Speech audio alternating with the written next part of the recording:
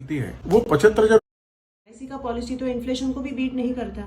बहुत सारे लोग बोल रहे हैं। कौन सा एसेट करता है फिर? क्या बैंक एफडीज करते हैं, पोस्टल सेविंग स्कीम्स करते हैं? कौन से सेफ इन्वेस्टमेंट एसेट्स इन्फ्लेशन को बीट करते हैं? लेकिन सर, अगर 15 साल तक म्यूचुअल फंड या एसआईपी में हम लोगों ने निवेश किया तो उसमें 15% तक रिटर्न मिल सकता है। मिल सकता है, ये जो दो वर्ड्स है ना लास्ट के, मिल सकता है, ये इंपॉर्टेंट है।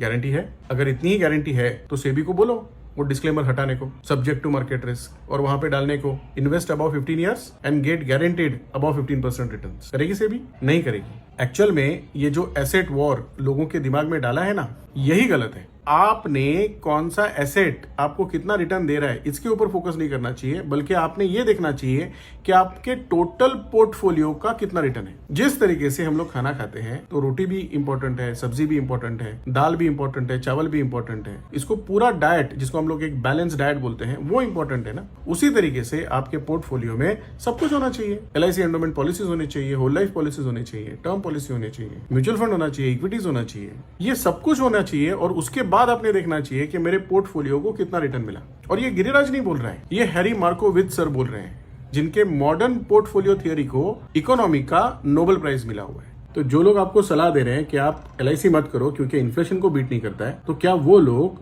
हैरी मार्कोविट्ज सर से भी इंटेलिजेंट हैं?